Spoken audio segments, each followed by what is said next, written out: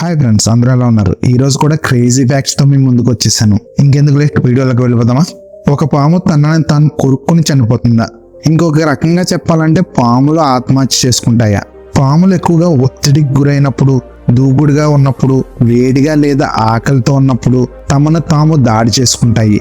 పాములు బాగా చూడలేనప్పుడు, అవి నలిగినప్పుడు లేదా తమ తోకను మరొక పాము తోక అనుకున్నప్పుడు తమను తాము కొరుక్కుంటాయి. పాము తనను తాను కరుచుకుంటే చనిపోతుందా? పాములు తమ సొంత విషయంతో తమను తాము చంపుకోలేవు. అయితే అవి వాటి కాటుతోనే జరిగిన శారీరక గాయాల వల్ల చనిపోవచ్చు. అలాగే తమ సొంత విషయానికి రోగనిరోధక శక్తి కలిగి ఉన్నప్పటికీ ఒకే జాతికి చెందిన పాముల్లో కొద్ది భిన్నమైన విషం ఉంటుంది. అప్పుడు ఒకదానికొకటి కరుచుకుంటే చనిపోతాయి. అయినా ఏదైనా పామును తాను కరుచుకుని చనిపోయిందా ఏమైనా రికార్డులు ఉన్నాయా అంటే, విషపూరితమైన పాములు తమ రక్తంలో నిర్దిష్ట ప్రోటీన్లు కలిగి ఉంటాయి. అవి వాటి విషాన్ని తటస్థం చేస్తాయి. ఏదేమైనా పాములు తమను తాము కరిచి చనిపోయిన కొన్ని ధృవీకరించిన కొన్ని వీడియోలు కూడా ఉన్నాయి, నివేదికలు కూడా ఉన్నాయి.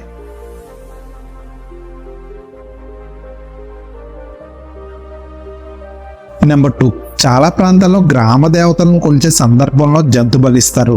నిజంగానే దేవతలు జంతు బలి కోరుకుంటాయా? జంతు బలి మతపరమైన ప్రాముఖ్యతను గమనిస్తే మన ఋగ్వేదం, యజుర్వేదంలో కూడా జంతు బలి ప్రస్తావన ఉందని అంటారు. మన పూర్వీకులు చేసిన యజ్ఞాల్లో ఈ జంతు బలి ప్రస్తావన ఉంది. ముఖ్యంగా యజ్ఞాల్లో అగ్ని సౌమ్య అనే ప్రక్రియలో అగ్నిదేవుణ్ణి, సోముణ్ణి సంతృప్తి పరచడం కోసం ఒక బలి పశువు, మేక, కోడి వంటివిని కేటాయించేవారు. అయితే ఈ ప్రక్రియలో ఎక్కడా బలి పశువుని సంహరించమని చెప్పలేదు. కేవలం ఆ దైవ గణాలకి జంతువులు కృతజ్ఞతగా అర్పించడం అని మాత్రమే ఉంది. అయితే యుగాలు మారికొద్దీ ధర్మాలు మారుతూ వచ్చాయి. సాత్వికపరమైన ఆరాధనలో జంతు బలికి అనుమతి లేదు, కానీ శక్తి ఆరాధనలో ఈ జంతు బలి అనేది ఎక్కువగా కనిపిస్తుంది. ముఖ్యంగా కాళీమాత, దుర్గాదేవి ఆరాధనలో ఈ బలి అనేది ఎక్కువగా కనిపిస్తుంది మనకు. ఆ తల్లి రాక్షస సంహారిని కనుక ఆ దేవి ఆగ్రహం చల్లారడం కోసం, మరీ ముఖ్యంగా మనుషులపై ఆ తల్లి ఆగ్రహం చెందకుండా ఉండడం కోసం ఈ జంతు బలులు నిర్వహిస్తారు. ఇందుకోసం కోడి, మేక, గొర్రెలు, కొన్ని చోట్ల దున్నలు కూడా బలిస్తారు. దీని ఉదాహరణగా చెప్పుకోవచ్చు, మధుర మీనాక్షి అమ్మవారిని మనం చెప్పుకోవచ్చు. అమ్మవారు వెలిసిన కొత్తలో చాలా ఆగ్రహ స్వరూపంలో ఉండేవారట. రాత్రి సమయంలో ఎవరు ఆమెకు కనిపించినా ఆమె వెంటనే ఆ వ్యక్తిని చంపి రక్తం సేవించేవారు అనేవారు. ఆ విషయాన్ని తెలుసుకున్న మహానుభావుడు జగద్గురు శంకరాచార్య అమ్మవారిని ప్రార్థించి శ్రీ చక్ర స్థాపన చేసి ఆ శక్తిని సాత్విక స్వరూపంగా మార్చారని చారిత్రక ఇతిహాసం కథనం ఉంది. ఇక గ్రామ దేవతల వద్దకు వస్తే వారు సాత్విక దేవతలు కాదు, గ్రామాన్ని రక్షించి పొలిమేరలను కాపలా కాసే మహాతల్లులు. అటువంటి దేవతలకు సాధారణ సాత్విక ఆహారం సరిపోదు. కాబట్టి వారికి రక్తం, మాంసం లాంటి రజోగుణం కలిగిన ఆహారాన్ని నైవేద్యంగా పెట్టాలి. కనుక వారికి మాంసం నివేదించాలని చెప్పారు మన పూర్వీకులు. అయితే కేవలం కోళ్లు, మేకలు లాంటి జంతువులు మాత్రమే ఎందుకు గ్రామ దేవతల నైవేద్యానికి అర్హత అవుతున్నాయనే సందేహం మీకు రావచ్చు. ఇదే ప్రశ్నకు ఇస్కాన్ వ్యవస్థాపక అధ్యక్షుడు శ్రీల ప్రభుపాద గారు ఒక విదేశీ విలేకరి ఇంటర్వ్యూలో ఇలా చెప్పారు. ఈ ఇంటర్వ్యూలో చర్చ వచ్చి హిందువులు మాంసాహారం, గోవధ అనే విషయంలో ఆయన చెప్పారు. ఈ విషయాన్ని హిందువులు గోవధ చేయరు, అలాగని వారు శాకాహారులు కాదు. వారు భుజించడం కోసం కొన్ని రకాల జంతువులు కేటాయించబడ్డాయి, గొర్రెలు, మేకలు లాంటివి. వాటిని మనిషి ఆహారంగా తీసుకోవడం శాస్త్రం అంగీకరిస్తుందని ఆయన చెప్పారు. కాబట్టి జంతు బలి శాస్త్ర ప్రకారం ఆమోదయోగ్యమే. ఇక బలి అన్న పేరును పక్కన పెడితే మనం ప్రతి ఆదివారం చేస్తుంది అదే కదా. ఆదివారం ఎన్ని చోట్ల చికెన్, మటన్ దుకాణాల దగ్గర ప్రజలు క్యూ కట్టడం మనం చూడడం లేదు. చివరగా సాత్విక ఆరాధనలో కూడా ఒక రకమైన బలి ఉంది, అదే కోష్మాండ బలి. అంటే బూడిద గుమ్మడికాయని బలిగా ప్రతీకగా వాడతారు. నెంబర్ 3, కొందరికి రోడ్డు ప్రయాణాల్లో పదే పదే వాంతులు ఎందుకు వస్తాయి? ఇది ఒక మానసిక సమస్య. కొందరికి రోడ్డు ప్రయాణాల్లో పదే పదే వాంతులు రావడానికి ప్రధాన కారణం మోషన్ సిక్నెస్. దీన్ని కైనోటిసిస్ అని కూడా పిలుస్తారు. మనం ప్రయాణిస్తున్నప్పుడు మెదడు, చెవి, కళ్ళు, చర్మం నుండి వేరువేరు సంకేతాలను అందుకుంటుంది మెదడు. కానీ వాహనం కదులుతున్నప్పుడు మనం కదలకుండా కూర్చున్నప్పుడు ఈ సంకేతాలు ఒకదానికొకటి విరుద్ధంగా ఉంటాయి. దీనివల్ల మెదడు గందరగోళానికి గురై వికారం, వాంతులు వంటి లక్షణాలు కలుగుతాయి. మోషన్ సిక్నెస్ కారణాలు: చెవిలోని సమస్యల వలన మన అంతర్గత చెవిలో ఎండోలిఫ్ కొంతమందిలో ఈ ద్రవం సరిగ్గా కదలకపోవడం వల్ల మెదడుకు తప్పుడు సమాచారం అందుతుంది. సో దానివల్ల కూడా వాంతులు అవుతూ ఉంటాయి.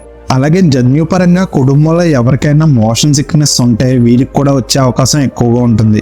సహజంగానే కొంతమందికి తల తిరిగే అలవాటు వలన వాహనంలో ప్రయాణిస్తున్నప్పుడు ఈ సమస్య మరింత తీవ్రం అవుతుంది. మానసిక సమస్య ఉండడం, ఒత్తిడి, ఆందోళన వంటి మానసిక స్థితులు కూడా మోషన్ సిక్నెస్ కి దారితీస్తాయి. ఖాళీ కడుపుతో ప్రయాణం చేయడం వల్ల కూడా కొంతమందికి వాంతులు రావచ్చు. ప్రయాణంలో చదవడం లేదా మొబైల్ ఫోన్ చూడడం వల్ల కూడా కొంతమందికి వికారం వాంతులు రావచ్చు. మోషన్ సిక్నెస్ని నివారించడానికి కొన్ని చిట్కాలు ఉన్నాయి. పుష్కలంగా నీరు, జ్యూసులు తాగండి. తేలికపాటి ఆహారం తినండి. మద్యం, కెఫిన్ నివారించండి. ఒత్తిడి, ఆందోళనను తగ్గించుకోండి. మోషన్ సిక్నెస్ మందులను వైద్యుడి సలహా మేరకు తీసుకోండి. ముందు సీట్లో కూర్చోండి. తాజా గాలిని పీల్చుకోండి. దూరంగా ఉన్న వస్తువులపై దృష్టి పెట్టండి. నెంబర్ 5, టైర్లను నల్ల రంగులో ఎందుకు తయారు చేస్తారు? చాలా రకాల వాహనాలు టైర్లు నల్ల రంగులోనే ఉంటాయి. చాలా సంవత్సరాల నుండి ఇది ఇలానే కొనసాగుతుంది. ఎందుకు టైర్ల రంగు నల్లగా ఉంటుంది ఇప్పుడు చెప్తాను. కారు టైర్ల తయారీలో వాడే రబ్బర్లో కార్బన్ బ్లాక్స్ అంటే సహజ రంగు నలుపును ఉపయోగించడం వల్ల కార్ల టైర్లు నల్లగా ఉంటాయి. కార్బన్ బ్లాక్ ను ఉపయోగించడం వల్ల టైర్లు రాపిడిని మరింత తట్టుకుని మన్నికను పెంచగలవు. దాంతో టైర్ దృఢంగా మారుతుంది. వేడిని ఎక్కువగా తట్టుకునే సామర్థ్యం పెరుగుతుంది. టైర్లు కొన్ని సంవత్సరాలకు ముందు కొంతవరకు తెలుపు రంగులో ఉత్పత్తి చేసేవారు. ఆ సమయంలో జింక్ ఆక్సైడ్ను రబ్బర్లో కలపడం వల్ల తెలుపు రంగులో టైర్లు ఉండేవి. జింక్ ఆక్సైడ్ సహజ రంగు తెలుపు, అందువల్ల తెలుపు రంగులో ఉండేవి టైర్లు. ఈ వైట్ టైర్లు రాపిడి ఎక్కువగా తట్టుకోలేకపోవడం వల్ల, మన్నిక కూడా తక్కువగా ఉండడం వల్ల, ఇంకా కొన్ని కారణాల వల్ల తర్వాత కాలంలో జింక్ ఆక్సైడ్ స్థానంలో కార్బన్ బ్లాక్ వాడడం వల్ల టైర్లు నల్లగా మారడంతో పాటు మన్నిక రావడం, లాభాలు కూడా పెరగడం వల్ల నల్ల రంగులోనే ఉంచేశారు టైర్లను. ప్రపంచంలో అత్యంత తీవ్రమైన తుఫాన్లన్నీ బంగాళాఖాతంలోనే ఎందుకు సంభవిస్తున్నాయి? ప్రపంచంలోనే అతిపెద్ద తీర ప్రాంతం బంగాళాఖాతాన్ని ఆనుకుని ఉంది. సుమారు 50 కోట్ల మంది ఈ తీర ప్రాంతంలో నివసిస్తున్నారు. అలాగే ప్రపంచ చరిత్రలో అత్యంత ఘోరమైన తుఫాన్లన్నీ ఎదుర్కొంటుంది కూడా ఈ తీర ప్రాంతమే. వాతావరణ వివరాలను అందించే వెబ్సైట్ వెదర్ అండర్ గ్రౌండ్ అందించిన వివరాల ప్రకారం ప్రపంచ చరిత్రలో అత్యంత ఘోరమైన 35 తుఫాన్లలో 27 పెను తుఫాన్లు ఈ తీరంలోనే సంభవించాయి. బంగాళాఖాతం ఎందుకు కేంద్రంగా మారుతుంది? ఘోరమైన తుఫాన్లన్నీ బంగాళాఖాతంలోనే సంభవిస్తుంటాయని చెప్తారు వాతావరణ పరిశోధకులు. ఇక్కడ లోతు తక్కువగా ఉంటూ ఒకవైపు తీర ప్రాంతం వంగినట్టుగా ఉండి పల్లంగా ఉంటుంది. సాధారణంగా తుఫాను సమయంలో వీచే బలమైన గాలులు నీటిని బలంగా ఒడ్డువైపుకు తోస్తాయి. ఫలితంగా అలల వేగం ఒక్కసారిగా పెరిగి నేరుగా తుఫాను తీరాన్ని తాగుతుంది. ఈ తరహా భౌగోళిక పరిస్థితులకు బంగాళాఖాతం ఒక స్పష్టమైన ఉదాహరణని వెదర్ అండర్ గ్రౌండ్ కాలమిస్ట్, ప్రముఖ వాతావరణ పరిశోధకులు బాబ్ హెన్సన్ చెప్పారు. బంగాళాఖాతం ఉపరితలంలో ఉష్ణోగ్రతలు ఎప్పుడూ అధికంగా ఉండడం కూడా ఈ పరిస్థితికి ఒక కారణం. ఫలితంగా తీవ్ర తుఫాన్లు సంభవిస్తుంటాయి. అక్కడ ఉష్ణోగ్రతల స్థాయి చాలా ఎక్కువ అని భారత వాతావరణ పరిశోధన విభాగాధిపతి డి మహాపాత్ర వ్యాఖ్యానించారు. ప్రపంచవ్యాప్తంగా ఈ తరహా పెను తుఫాన్లు సంభవించే మరికొన్ని తీర ప్రాంతాలు కూడా ఉన్నాయి. అందుకు ఉదాహరణ లూసియానాలోని గల్ఫ్ తీర ప్రాంతం. కానీ బంగాళాఖాతం యొక్క ఉత్తర తీర ప్రాంతాల్లో తుఫాన్లు ఒక్కసారిగా విరుచుకుపడి పెను నష్టానికి కారణమవుతాయి. భూమి మీద ఇంకెక్కడ ఇంత దారుణమైన పరిస్థితులు తలెత్తవు అని హెన్సన్ అన్నారు. తూర్పు తీర ప్రాంతంలో జనసాంద్రత అధికంగా ఉండడం కూడా తీవ్ర నష్టానికి కారణమవుతుంది. ఇక ప్రపంచవ్యాప్తంగా ప్రతి 4 ఒకరు తీర ప్రాంతంలోనే ఉంటున్నారు. పెను తుఫాన్ల వల్ల అనేక విపత్తులు ఎదురవుతాయి. బలమైన గాలుల కారణంగా భౌతిక నష్టం ఎక్కువగా ఉంటుంది. అలాగే సముద్రంలో అలల పోటు తీవ్రంగా ఉంటుంది. ఈ రెండింటితో పాటు భారీ వర్షాలు జనజీవనాన్ని అస్తవ్యస్తం చేస్తాయి. సాధారణంగా బంగాళాఖాతంలోనూ అరేబియా సముద్రంలో ఎప్పటికప్పుడు తుఫాన్లు వచ్చినా ప్రతి 10 ఏళ్లకు ఒకసారి మాత్రం ఈ స్థాయి తుఫాన్లు విరుచుకుపడతాయి. 1970 నవంబర్లో వచ్చిన సైక్లోన్ బోలా ప్రపంచ చరిత్రలోనే అత్యంత ఘోరమైన తుఫాన్లో ఒకటి.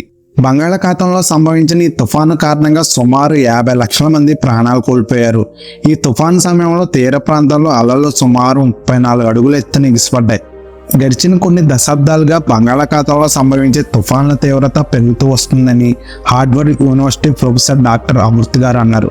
2008 మే నెలలో బర్మా తీరంలో సంభవించిన నర్గిస్ తుఫాన్ కారణంగా సుమారు 140,000 మంది ప్రాణాలు కోల్పోగా 20 లక్షల మంది నిరాశ్రయులయ్యారు. చివరిసారిగా 1999లో సూపర్ సైక్లోన్ భారత్లోని ఒడిశా రాష్ట్రం తాకింది.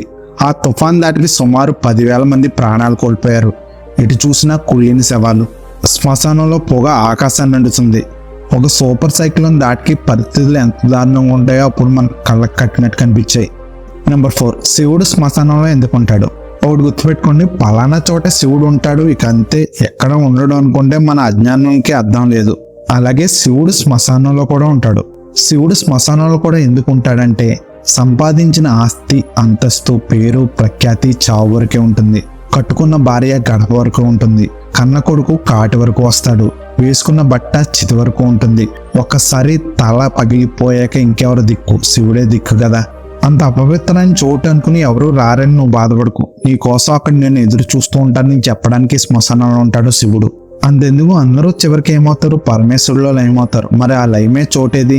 శ్మశానంలో ఉంటాడు శివుడు. అందుకే మనం ఇప్పుడు శ్మశానం అని భావించే చోట 1000 ఏళ్ళ కింద ఒక అడవి అయి ఉండొచ్చు.